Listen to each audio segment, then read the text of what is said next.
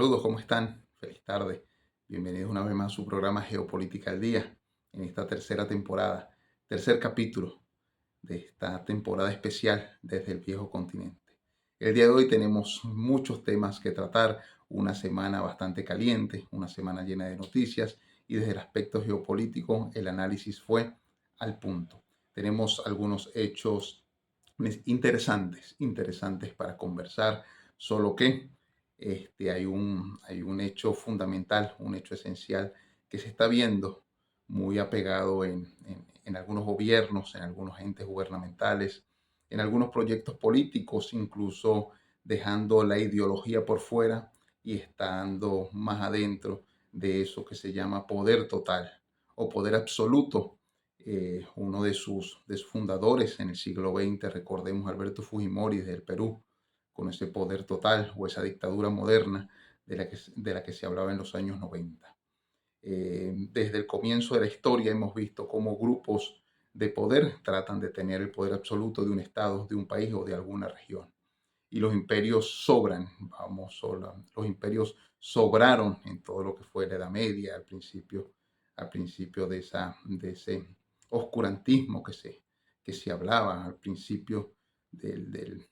la historia como tal, al principio de las sociedades, al principio de las culturas. Todos los grupos han hecho todo lo posible por permanecer en el poder. Unos justificando desde el principio algún pacto, algún convenio desde el cielo, algún convenio con ese Dios del momento,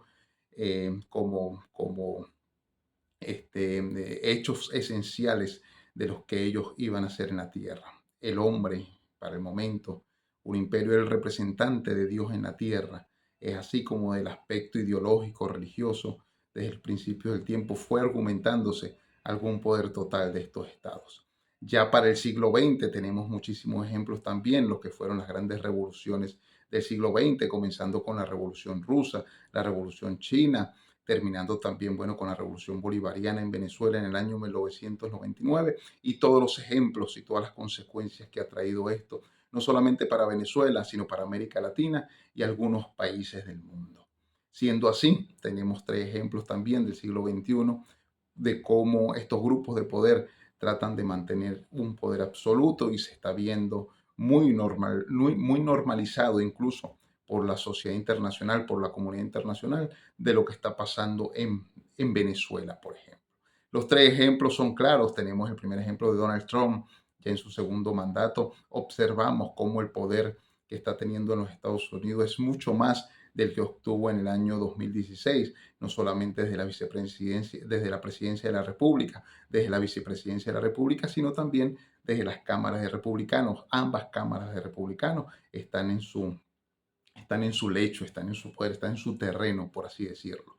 Siendo así, el impacto político en el exterior, en algunos gobiernos como el de Argentina de Javier Milei, como el de Daniel Noboa en Ecuador y por supuesto también de Nayib Bukele en El Salvador, el cual también lo traemos a colación como un ejemplo del poder total. Esta semana se supo que hay una especie de cambio constitucional, de renovación, como ustedes lo quieran llamar, y Nayib Bukele va a ser reelecto casi que indefinidamente. Entonces, son ejemplos claros de no solamente ideología de izquierda, sino también la ideología de derecha. También, bueno, el tercer ejemplo que es claro que estamos observando desde el año 1999 en dos episodios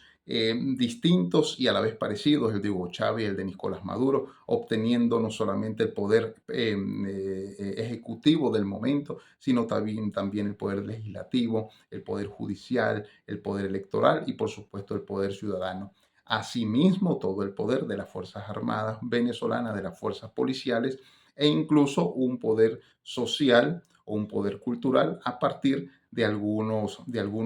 ejemplos como misiones y grandes misiones, como los bonos que ahora son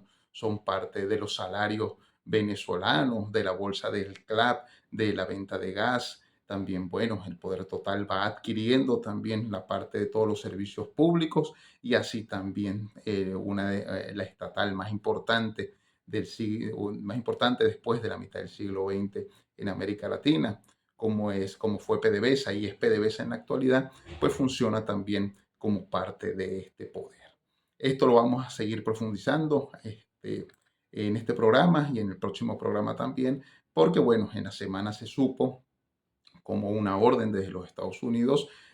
saca a colación el tema del cartel de los soles con nombre y apellido de quienes son los que mandan en ese cartel y cómo toda una red se fue entretejiendo entre política, economía y cultura, sociedad y por supuesto todos los actores que allí comenzaron a nacer en el año 1986, 97, 2005 hasta la actualidad. Este programa lo hemos titulado también como Política Arancelaria Mundial y es que esta semana supimos ya que algunos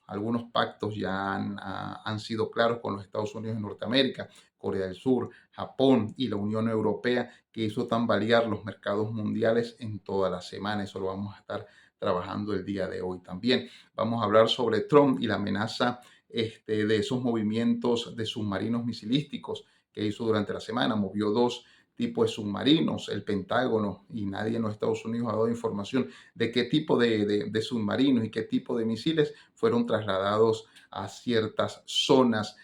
muy cercanas a Rusia. Recordemos que algunas informaciones, algunas comunicaciones de Medvedev, que fue presidente también de Rusia, pues no gustaron mucho a Donald Trump. Ya conocemos su narrativa, ya conocemos cuál es su discurso y por supuesto conocemos cuáles son las consecuencias que esto podría traer entre la amenaza y por supuesto la aplicación de lo que se puede suponer en este momento una especie de resurrección de esa guerra fría que trajo consigo una guerra larga de 30 años en el siglo XX, en el convulsionado siglo XX, que no ha dejado de ser. Recordemos que la historia tiene dos tipos de ejes. El primero es la historia temporal, la que se puede saber cuándo comienza y cuándo termina, y por supuesto el proceso histórico que de ese siglo XX, que nació con grandes revoluciones como la Revolución Rusa en 1917, pues todavía en este siglo XXI hay todavía ese tiempo de revolución. Algunos países lo han aceptado, otros países han dado el paso necesario y han salido del tema ideológico, incluso del tema democrático como sistema de trabajo, ¿no? O como sistema implantado en algún país. Recordemos que en Venezuela se vivió en democracia por muchísimo tiempo y parece ser que la democracia es una especie de precariedad social en este momento, observando también lo que pasó el domingo pasado con las elecciones municipales, en las que más del 6-7% del padrón electoral no se movió para ir a elegir, ¿no? Recordando también lo que pasó el 28 de julio, 28 de julio del año 2024, en la que aún después de un año, pues no se tienen todavía resultados ni una segunda boletín, ni un tercer boletín, ni sabemos cuántos sacaron cada mesa, ni cada municipio, ni cada estado del país.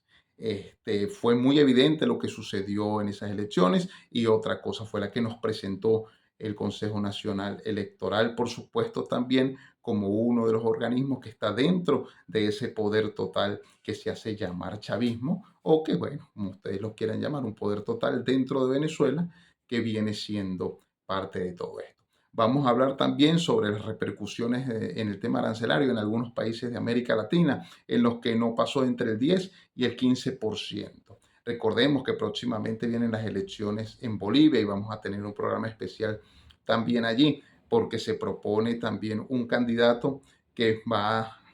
se ve que puede derrotar a la izquierda de Evo Morales, que llegó al poder en el año 2006, y por supuesto que podría venir un cambio en Bolivia. Recordemos que en los últimos 10, 12 años Bolivia ha tenido entre 6 y 7 años de ese periodo el PIB más alto de América Latina. La revolución indígena ha sido claramente palpable desde el punto de vista social, desde el punto de vista económico, desde el punto de vista político, pero bueno, los tiempos también van cambiando, el mundo tiene que también avanzar hacia otro tipo de sistema o hacia otro tipo de enfoque a nivel político. Yo creo que esto es uno de los cambios que se puede dar en el Estado Plurinacional de Bolivia. Así es que, bueno, vamos a estar también apegados a eso. Chevron regresa a Venezuela, hoy vamos a tener más informaciones, tenemos más conocimiento de cómo fue el tema de Chevron para volver a Venezuela. Recordemos que hay también una licencia que la da el Tesoro Nacional de los Estados Unidos, una licencia que también está coartada por otro tipo de enfoque, otro tipo de pliegos a nivel de contrato. Y por supuesto el tema de Venezuela, que siempre es clave conversarlo, más que porque Venezuela geopolíticamente es una de las joyas de la corona, no solamente por su ubicación, recordemos también que en los minerales, la cantidad de minerales, la cantidad de riqueza que tiene el Estado venezolano, pues por supuesto es también un vínculo esencial para cualquier persona, cualquier grupo de poder y cualquier grupo de poder en el exterior que podría negociar o tener negociaciones amplias con el Estado venezolano, con este o con el del futuro, como muchos como muchos analistas empiezan ya a conversar sobre este tema, que también hay que darle mayor amplitud y mayor visión acerca de lo que realmente sucede, porque los medios de comunicación, las redes sociales, comienza también a jugar un tipo de juego macabro en que, bueno, empiezan a dar esperanzas a nivel internacional, a nivel local, y dentro de Venezuela pues está ocurriendo absolutamente otra cosa. O un grupo que también promete seguir estando en el poder sin darse cuenta que a nivel internacional también comienza a moverse el tema geopolítico, a moverse el tablero geopolítico mundial. El mercado global termina una semana bastante convulsa. Recordemos que luego de que la Unión Europea y los Estados Unidos hayan llegado a algún acuerdo bastante serio, creo que muy, pero muy de amplia manera, ganador Donald Trump en cuanto al tema Unión Europea, aunque pactaron ese 15% de aranceles entre ambos, pues tenemos que ver allí que hay dos cositas por nombrar, por explicar en este programa. Una es el endeudamiento de los próximos 3 años en armas, que tiene un avance hasta los 750.000 millones de dólares, lo que hace a la Unión Europea uno de los grupos mundiales que más tiene en este momento inversiones en armamento. Lo mismo hizo Japón, lo mismo hizo Corea del Sur y algunos países de América Latina. Nos preguntamos, ¿por qué se está rearmando el mundo? ¿Será que se viene la catástrofe que tanto ha vaticinado el mundo? ¿Será que la Tercera Guerra Mundial realmente va a comenzar ya? Y por supuesto, comenzamos nosotros a ver algunas repercusiones en cuanto al tema dinero, armamento, al tema producción, armamento y por supuesto al tema mineral, armamento y al tema petrolero, armamento. Entonces allí nosotros podemos enfocarnos en el día de hoy de cómo el mercado mundial empieza a moverse a partir de que la Unión Europea y los Estados Unidos, dos bloques, dos socios comerciales después de la Segunda Guerra Mundial, recordemos Plan Marshall, después recordemos durante los siguientes años la organización de la OTAN, luego la Unión Europea y cómo esa triada ha hecho y deshecho desde el año 2003 con desde la invasión a Irak, Afganistán, Libia, Egipto en su momento, Ucrania, despliegues militares en Yugoslavia después del año 1995, hasta romperla en 7 pedazos distintos. Entonces parece ser que ahora, luego de darse cuenta, y esto es una de las grandes críticas, incluso de expresidentes estadounidenses, de que, bueno, vieron que en los últimos 25 años el crecimiento de China y el crecimiento de Rusia en cuanto al tema satelital o al tema espacial, comienza también los Estados Unidos a dar pasos adelantados, más que todo en estos últimos meses. Por eso el apuro, siento yo, de Donald Trump por recomponer algunas cosas, más que todo del área económica estadounidense, del área social estadounidense, y cómo revertir esos 25 años de gasto exagerado en invasiones en éxito político, en éxito económico y por supuesto volver a ser el hegemón mundial y ser la primera economía del mundo. Para ello ha incrementado algunas cosas, ¿no? Ese manual es bastante amplio y una de las cosas que dice el manual estadounidense de cómo gobernar y volver a obtener el poder es el tema arancelario, el tema mercantil, el tema comercial de muchísimas empresas estadounidenses. El Bitcoin El Bitcoin, aunque llegó al ser récord histórico de 122.000, $123.000, hubo un bajón luego de los acuerdos comerciales entre Estados Unidos y diferentes regiones del mundo, y hoy se cotiza en $113.680. El Ethereum, que es el segundo criptoactivo más importante del mundo, ronda los 3.464,60 dólares. Recordemos que esto es muy normal en los criptoactivos, siempre en esa oferta, en esa demanda. Se supone que esto va a seguir ascendiendo, que los récords históricos, los techos históricos que va a tener el Bitcoin de aquí hasta el 2030 van a seguir siendo bastante positivos para los inversores de Bitcoin, para las personas que compran Bitcoin, que comercian en Bitcoin, hasta que llegue el momento de que se cierre en sí el criptoactivo más importante del mundo, y el que compró, compró, el que vendió, vendió, y por supuesto que allí vendrá un paso esencial en el cual la sociedad comenzará a moverse a partir del Bitcoin. El oro tuvo esta semana movimientos exageradamente desproporcionales, una manipulación exagerada también de los que realmente mueven el mercado mundial, que son 10, 12 bancos, los 12 bancos más importantes del mundo. Cotiza ya en 3.372, teniendo en cuenta que había aumentado hace una semana a los 3.438 dólares la onza, había caído aproximadamente $170, ubicándose en 3.268, y el día viernes hubo una alza, una subida bastante considerable del oro, y se llegó a los 3.372 dólares la onza, lo que lo coloca como el activo refugio, sigue siendo el activo refugio más importante del mundo, el número uno del mundo. En segundo está la plata, en tercero el platino, pero recordemos que todas las inversiones que están respaldadas en este momento en el oro, pues siempre están a la margen de inversión, a la margen de los comercios y a la margen, por supuesto, de los grupos de poder. El S&P 500 fue uno de los grandes ganadores de la semana, así tal cual el Brent Oil que tuvo durante la semana también movimientos bastante particulares. Hubo una alza de los $73 para caer el día viernes en los 69,67, lo que para hacer Brent Oil, pues por supuesto son movimientos muy normales del mercado. Recordemos que entre 69 y 72 el mercado sigue moviéndose, lo dijimos hace 2, 3 semanas, y ha cumplido los mismos patrones entre 2, 3 semanas, manteniéndose esos precios. Recordemos que el oro, como el petróleo, pues los mueven noticias, son movimientos geopolíticos muy claros que está pasando en el mundo, tanto en el transporte como en la producción, como en la inversión, como en la explotación de petróleo, como en la explotación del oro, y por supuesto todo lo que conlleva esos dos grandes mundos para que eso aumente o disminuya. Hubo una noticia durante la semana, bueno, aparte del gran terremoto que hubo en Rusia de 8.8, que bueno, lamentamos bastante por los fallecidos.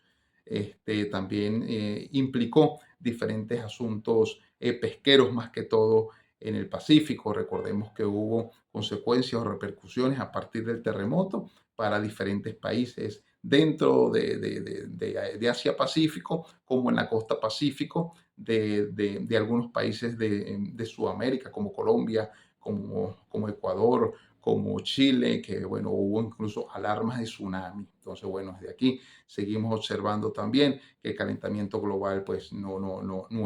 es un juego, que la naturaleza también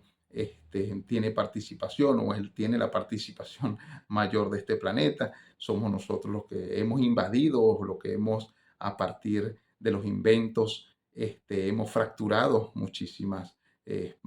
partes o muchísimas zonas de esta naturaleza, y por supuesto que las respuestas están comenzando con esto, y por supuesto que van a tener su alza en poco tiempo. Pero durante la semana hubo una noticia clara, que fue la amenaza de Donald Trump, alimentando el teatro de la amenaza nuclear con Rusia, por ya declaraciones, como lo dije al principio, de Dmitry Medvedev, que fue presidente de Rusia, y en los cuales pues los Estados Unidos de Norteamérica no lo pensó dos veces para movilizar dos submarinos, no se saben de qué tipo, el Pentágono no ha dado información, el Ministerio de Defensa de los Estados Unidos no ha dado información de qué tipo de submarinos misilísticos son. Recordemos que dentro de los Estados Unidos hay tres tipos de submarinos, que lo que son los submarinos de misiles balísticos directamente, lo que son los submarinos de misiles guiados y por supuesto los submarinos de ataque rápido. Este movimiento que hace los Estados Unidos también tiene una implicación o un trasfondo bastante militar, que también los Estados Unidos pisa fuerte, que no ha sido derrocado por nadie. El hegemón mundial parece seguir estando a la cabeza, seguir estando también a la caza de aquellos que lo persiguen y toma los aranceles, toma las noticias, toma la dialéctica que ha tenido Trump con respaldo de esa cyber sociedad que se ha hablado muchísimo al principio, del fortalecimiento del Bitcoin para la economía también estadounidense, del fortalecimiento de la industria petrolera estadounidense, convirtiéndose también en uno de los grandes productores en este siglo. Recordemos casi 12, 13 millones de barriles de petróleo diario, una compra masiva entre 17 y 21 millones de barriles de petróleo diario en diferentes regiones, a Venezuela, Colombia, Ecuador, Argentina o a Brasil, de Medio Oriente, la otra gran cantidad, de Rusia y otra cantidad de petróleo que también llega a los Estados Unidos de Norteamérica. Entonces con esto estamos viendo una pisada fuerte geopolítica por parte de los Estados Unidos de Norteamérica, que en los últimos 6 meses sigue demostrando o va a seguir demostrando que está no solamente pisando fuerte, sino que sigue siendo y seguirá siendo por ahora la economía número uno del mundo. Ya ayer salieron algunos datos, superó a China en algunos rubros, como la parte automotriz, como la parte aeroespacial también, lo cual lo pone a la cabeza nuevamente del mundo y así, bueno, la economía, aunque viene económicamente el dólar no dando bastante los frutos necesarios como los daba en otros años, pues viene siendo la economía de esta cyber sociedad a partir de eso que se llama tecnofeudalismo, que es el cambio del capitalismo, de la masividad de dinero a otro tipo de enfoque, a otros tipos de capitalismo. Se llama capitalismo en la nube también, de eso ya conversamos nosotros bastante en procesos o programas pasados. Los aranceles fue la noticia más importante durante la semana. Los aranceles, Trump reajustó entre el 10 y el 50% según algunos países. No, esto redefine, por supuesto, como viene siendo desde la llegada, desde el 20 de enero del 2025, viene refiriéndose Donald Trump a un tipo de estrategia distinta de cómo redefinir nuevamente el mapa geopolítico mundial. Y en este momento, a partir de los aranceles, él habla de una redefinición del mapa arancelario global por regiones. Y si nos vamos a las regiones, nosotros vemos que en la América Latina o Latinoamérica como región está entre el 10 y el 15% de aranceles, lo que revela una gran importancia geopolítica entre América Latina y Donald Trump. Recordemos que algunos ejemplos políticos del mismo mandato de Donald Trump se están observando, ya lo hemos repetido en una infinidad de veces, pero lo volvemos a hacer, que es en Argentina, en el caso de Javier Milei y la economía de cómo ha aumentado dentro de Argentina. El cambio económico ha sido perceptible por la sociedad argentina, los números lo avalan, aunque en algunas otras cosas como inversión social, como en educación, ha bajado un poco los porcentajes y ha aumentado más a otro tipo de estrategia política, que es el neoliberalismo y otros tipos de programas también, pues la economía argentina ha estado en franco avance. Vemos a la República de Ecuador con Daniel Noboa ejemplarizando también algún caso político en este grupo de Donald Trump, como fue reelegido y aunque tiene problemas internos, más que todo temas de criminalidad, temas de violencia, pues la economía ecuatoriana también ha tenido avances, lo pueden observar todos, lo pueden buscar, cómo quedaron ayer las primeras economías del mundo y Ecuador está allí entre las primeras 50 economías del mundo, Argentina también está allí en muy positivo, quizá el PIB de Argentina no subió lo que los economistas argentinos pensaban, pero desde el PIB a lo que ha sido este renacimiento económico dentro de Argentina, pues es bastante perceptible. Lo de Nayib Bukele, recordemos que es un patrón distinto a lo que hemos observado nosotros en los últimos años. El hombre está manifestando un tipo de política distinta, aunque también pues procede como todo grupo de poder, todo poder se oligarquiza, a seguir queriendo estar dentro de El Salvador porque piensa que quizás a él salir, pues no el que venga o la que venga no hará ese tipo de política que él hace y se perderá mucho del avance que se ha logrado. Eso pasó con Hugo Chávez también, cuando se religió durante 3 periodos consecutivos, pensando que en él recaía todo y que Venezuela iba a estar bien si él estaba, si él se iba, pues todo iba a estar malogrado. Y bueno, algunas cosas lo avalan, algunas políticas, algunos números muy positivos que tuvo en sus primeros mandatos, ya los números siguen viviendo esos primeros números positivos en la actualidad en Venezuela. Una de las noticias o de los acuerdos que muchos analistas europeos que hemos escuchado durante la semana han manifestado alguna insatisfacción ha sido este periodo, aunque los acuerdos comerciales, el arancel bajó del 25 al 15% en algunas cosas. Recordemos que en la industria del acero y el aluminio pues sigue estando entre el 25 y el 50%. Eso sale de los nuevos aranceles comerciales junto con la Unión Europea, que está en el 15%, que fue un buen número con donde los analistas avalan que fue muy positiva la negociación entre Ursula von der Leyen y Donald Trump. Pues por supuesto que hay unas cláusulas que tampoco gustó muchísimo desde Bruselas al resto de países de la Unión Europea. Uno fue la adquisición de 750 billones de dólares, es decir, 750 mil millones de dólares en armamento para los próximos 3 años, un endeudamiento bastante grande que debe hacer la Unión Europea durante estos últimos, desde ahorita 2025 hasta el 2028, y por supuesto los 650 mil millones en otras materias, tales como la industria automotriz y por supuesto la industria energética. Recordemos que la Unión Europea decidió quitarse de encima la energía rusa porque según Úrsula von der Leyen dice que es muy costosa y van a traer ahora, o nuevamente van a hacer negocio con Estados Unidos para la inversión energética dentro de Europa. Esos son 2 puntos clave que a muchos no gustó dentro de la Unión Europea. Muchos dicen que se bajaron los pantalones con Trump. Lo que sí tenemos que reconocer es que la política de la presión que ha ejecutado Donald Trump desde el primer día que llegó a la Casa Blanca el 20 de enero del 2025 le ha funcionado en donde ha estado, le ha funcionado incluso para llevar a Israel y a Irak y a Irán a firmar un acuerdo de paz. Está en el proceso del Hamas-Israel también el acuerdo de paz. Le colocó antes 50 días, le había dado a Vladimir Putin para que acabara la guerra o para que, bueno, tratara de enfocarse en un proceso de paz. Lo bajó a 12 días, ya de los 12 días han corrido 4, quedan 8 días para ver qué decisión va a tomar Donald Trump. Casualmente, el 7 de agosto, que les dio a algunos países de prórroga para seguir negociando los aranceles. Con unos países ya pactó, con otros no, le dio hasta el 7 de agosto para hacer una renegociación.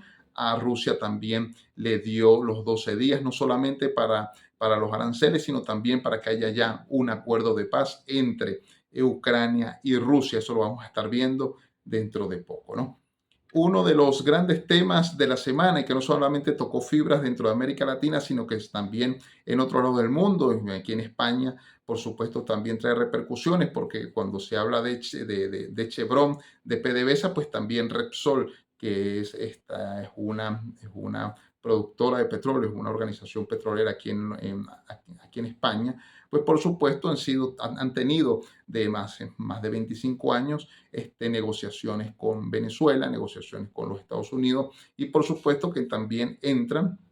estas organizaciones petroleras en otro tipo de licencias para actuar dentro de Venezuela. La repercusión había sido tanta cuando Donald Trump derogó la licencia a Chevron para trabajar en Venezuela, que industrias francesas, españolas e italianas que trabajan, van a seguir trabajando dentro de Venezuela, habían también decidido salir del país caribeño, producto de las sanciones, producto del bloqueo y por supuesto de diferentes asuntos extrapolíticos, podríamos decir,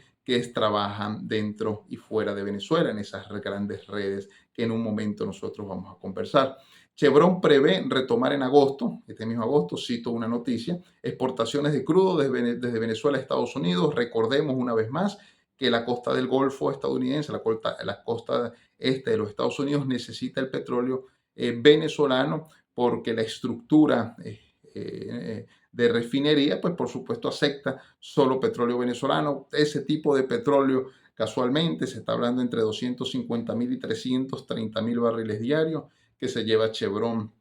hacia esta costa. Ahora ya en agosto, ya estamos en agosto, esperemos que ya mañana lunes, pasado mañana martes, comience nuevamente a extraer el petróleo, solo que se ha dicho que la licencia viene ya es del Tesoro Nacional estadounidense y la licencia es para cobrar algunos activos que PDVSA le debe también a Chevron desde hace muchísimos años. Recordemos que ha sido larga la lucha de algunas empresas estadounidenses como la Conoco, como ExxonMobil, con el gobierno que se hace llamar bolivariano, donde, bueno, Venezuela ha tenido que pagar grandes cantidades de dinero por demandas que ha habido desde el año 2005. La más grande fue en el 2008, ExxonMobil, que fue la última empresa estadounidense en salir, luego de las concesiones de Juan Vicente Gómez por allá en 1908, 1913, 1914, tuvieron aproximadamente 100 años dentro de Venezuela antes de ser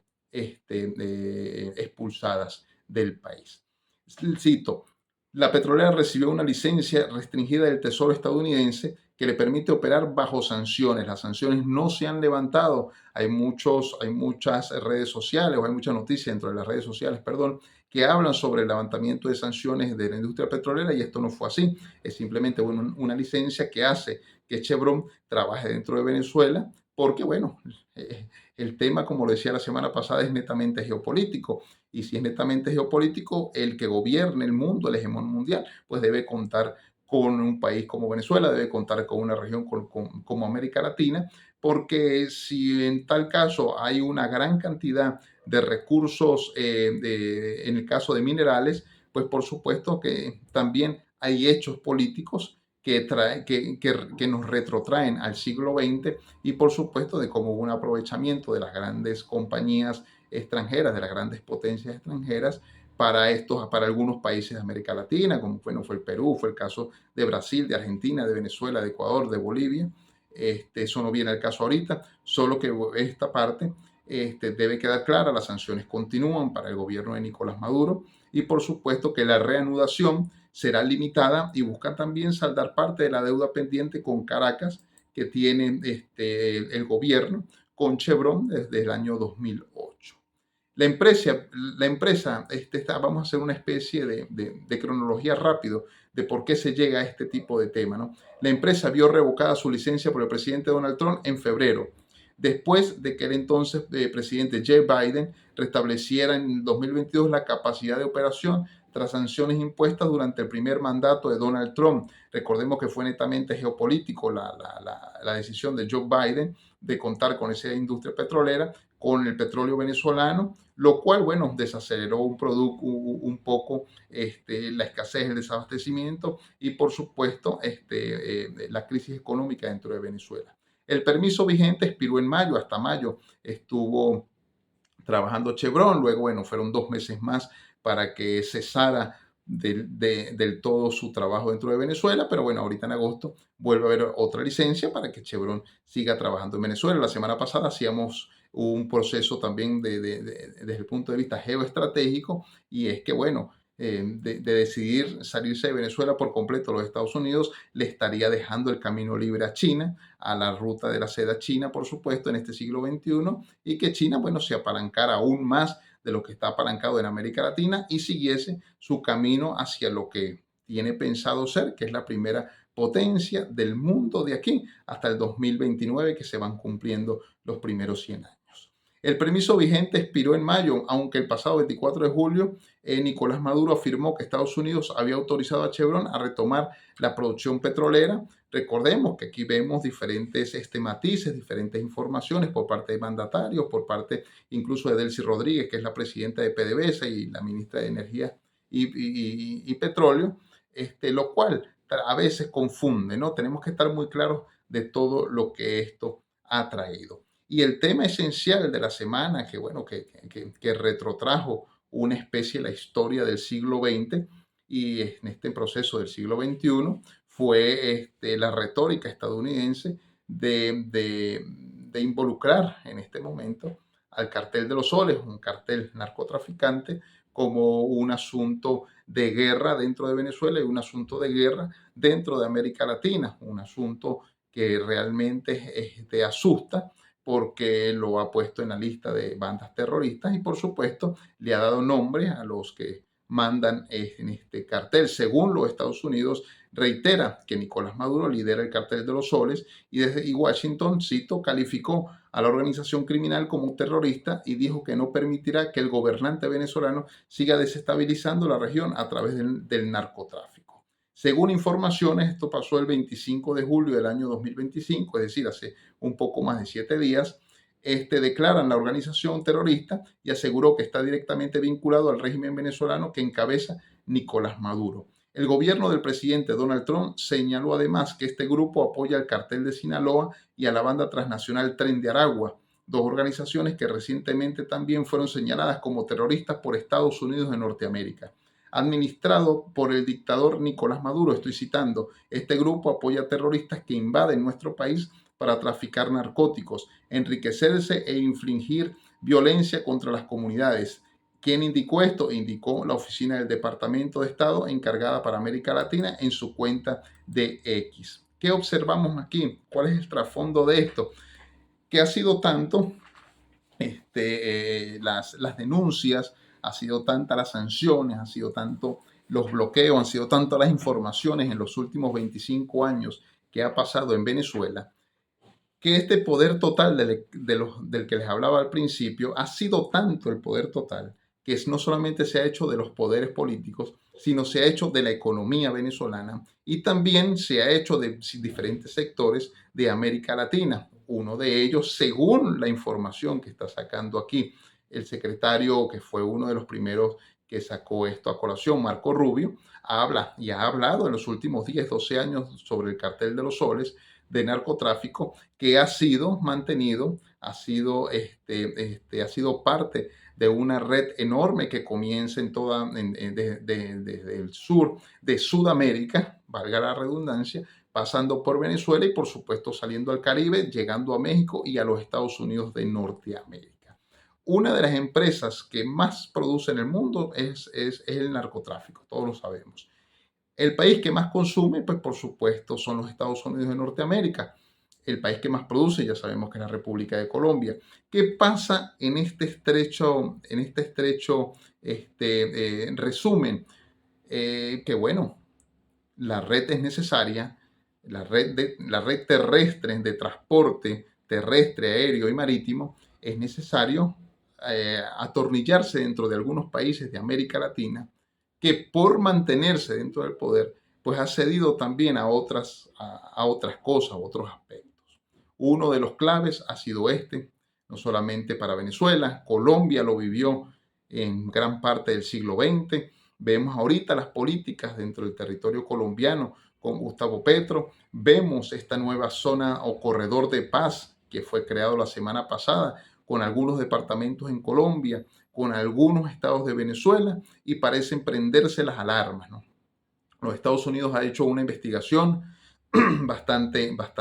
extensa, bastante profunda, donde tiene pruebas, según ellos, donde es la última forma de actuar, siento yo, dentro de Venezuela. Se ha rehecho Nicolás Maduro dentro del poder venezolano, ha encontrado la forma de mantenerse en el poder, sea de forma